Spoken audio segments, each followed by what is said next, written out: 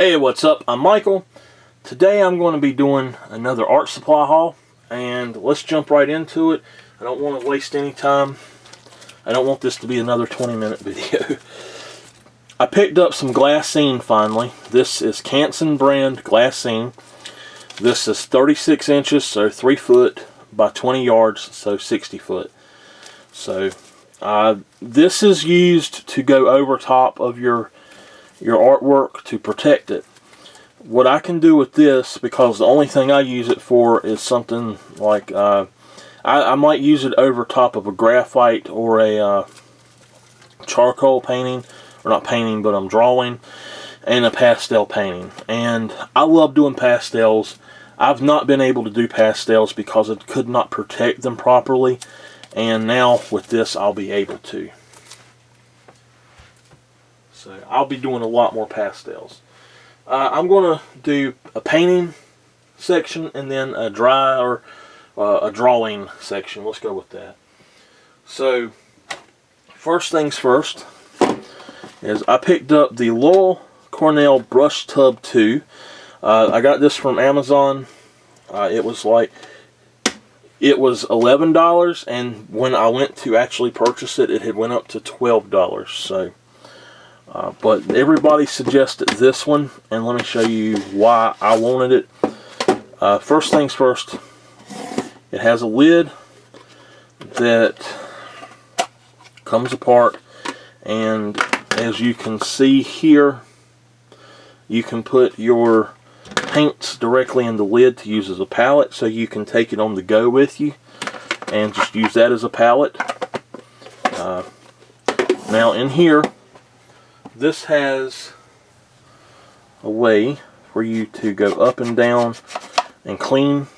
You'll put water in both, and then when you're done, you can just take your brush and stick it in one of these 3 nifty little holes. And this suspends it without it actually messing it up, without it being pressed down into something and the bristles getting messed up. Now also on the sides, it has holes for your dry brushes. Now, said dry brushes, if your brush is wet, don't put it in these holes. Doing so will make the water go down into the ferrule. It'll go into the handle, and it'll end up splitting the handle and messing up the ferrule. So you're ruining your brushes if you do that. So that is that.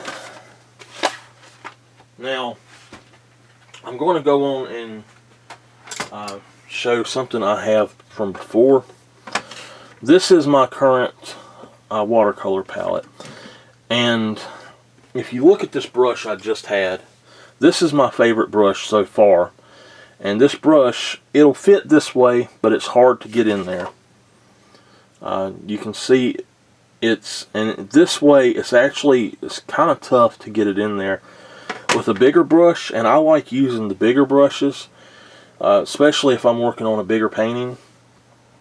I just find this hard to use. So I went out and I purchased this. Now I got this for like $6 total with tax at Hobby Lobby. Just use your 40% coupon on it. So this is extremely sturdy. I mean, it's like double walled on the outside. It's got the things in there. It is a very sturdy piece of plastic. You just put your colors down in here, and you have a mixing well in the middle. You could, even if you wanted to, you might not see this. A lot of people doing this, but I have thought about this. You can just put you a few little areas that's just water even, and that way you don't have to have such a large amount of water sitting around you if you don't want to. If you want to hold this, I wouldn't do it, but I wouldn't put the water in there. But that can help you if you want to, say, quickly grab water to bring out and mix into your other paints. Now I will say, if you put paint in a palette like this, you need to let this set out until it dries completely. I think it's the burnt sienna. it actually molded on me after I done my first painting. So just wanted to give that little warning. Alright, I'm going to show some stuff I've been using. I've had some people ask me about this, so I wanted to show this, and then I'm going to show you something else that I just purchased. Now, all of these blue ones I recently purchased. These are Premier Amethyst. This is a number 1 script. The reason I'm showing these is people have asked me what are the brushes that I'm using in those paintings that I've been doing here lately. So this is a Premier Amethyst number 1 script. You can see it has this long bristle on it. That is more for like a line work thing, with a long line. These are just some Walmart brushes I got. This is the number 5 Royal Fine Sable. They just come in a big pack, and that's about the best that Walmart has, I think. This is a Camel Hair number 5/8 Royal. I don't know that I've used it. I've used this one. This is just a fine sable, and these are flat brushes, or I think that's what they're called. This is a round Simply Simmons number 4 watercolor round.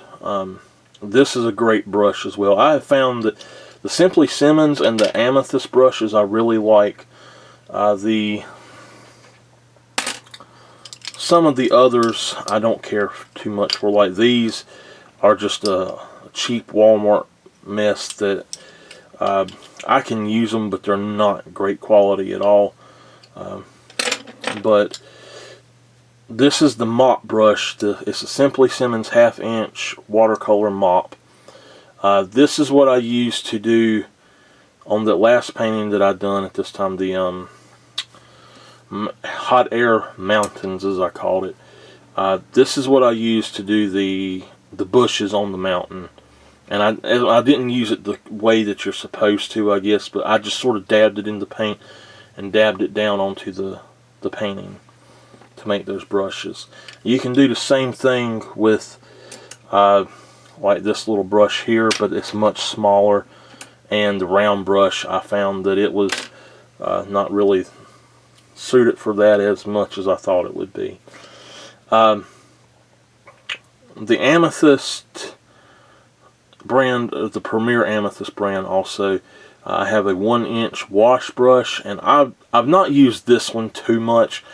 What I like using this one for mainly is to wet the canvas, or the paper, if I'm just going to be doing a little bit like a solid sky or something. I like to use this to wet it down. My favorite brush so far is the 3/4 inch oval wash by Premier Amethyst, though. I have fell in love with this brush. I really love it. It's what I do most of my painting with. Now, I splurged and I bought me a Princeton Neptune number 6 quill brush. And this is going to be my new favorite, I know already. I cannot wait to start painting with this. This thing was like $22 to $24, I think, but I'm excited about it, and I can't wait to start using it. So maybe I need to, go that way. Alright, let's pull all of these over here. Just to show you, because I've been asked about this. I was asked how I separated my brushes, how I stored them. And once they're dry, when you wash them, you lay them flat, like I've got all of these laying. Once they're dry, only when they're dry, you can come back and you can put them all in something like this. Now this is simply a ramen noodle box with a bunch of old toilet paper rolls in it. So I mean, it's not something that is a big deal or anything. You'll find that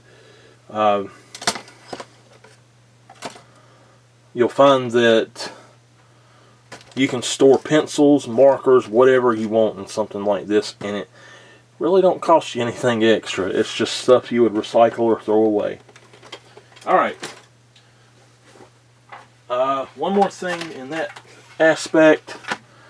I bought the 3-pack of the Pentel Aquash water brushes. This comes with the small, the medium, and the large. And just to show you, this is a great brush. If you want to do watercolor, I absolutely, especially watercolor pencil, I cannot recommend these brushes enough.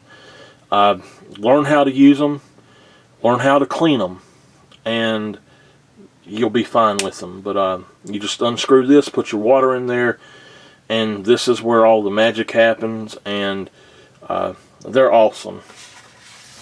Okay, so sort of one in between wet and dry medium, I guess, for drawing though. I finally got myself a Pentel pocket brush pen. I do not know if there's already a cartridge in here. I'm just not sure about it. There might be, there might not be. But it does come with 2 cartridges, and you can order the cartridges separately without having to purchase a new pen. I think they come in 4 cartridges as refills, and they're about, I think it's cheaper to buy the 4 cartridges than it is just the pen. So I'm really looking forward to this. I'm going to be using this a whole lot in the near future, as long as I can learn how to use it properly. I'm not going to open it until I use it though. Finally though, which I have already opened this for you, I got me a set of faber-castell Castell 9000 graphite pencils. So first off, they're in a very nice tin. It's hinged, and when you open it, here you go. The insert that they're in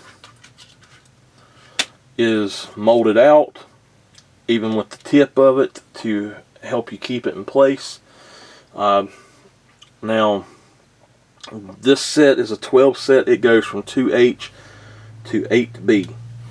And I love using just the 2H pencil for a lot of my sketches. So I'm really excited about this. I know I'll be ordering a bunch of these separately, probably just the 2H's. But I've heard a lot of great things about this set, and I'm very excited to use them and get some stuff, some new artwork done. So far, I've not used these, and so far my favorite are the Derwent sketching. Let's see here. And that's because they're really thick-leaded, and they're very smooth to go down. If you have very intricate work that you need to do though, you can't really do it with these. That was my one issue with them. Also, these do not get that dark, so I added a Prismacolor Ebony pencil in with this set, and I also used the Onyx, Derwent Onyx pencils with this set when I use them. So I can't wait to see how these compare. I think I'll like these better. One thing about these are glued, the leads are glued from the tip all the way through the whole body. And if you drop a pencil, half the time when you drop it, that lead will break in it and it'll slide out the end. And I don't want that to happen.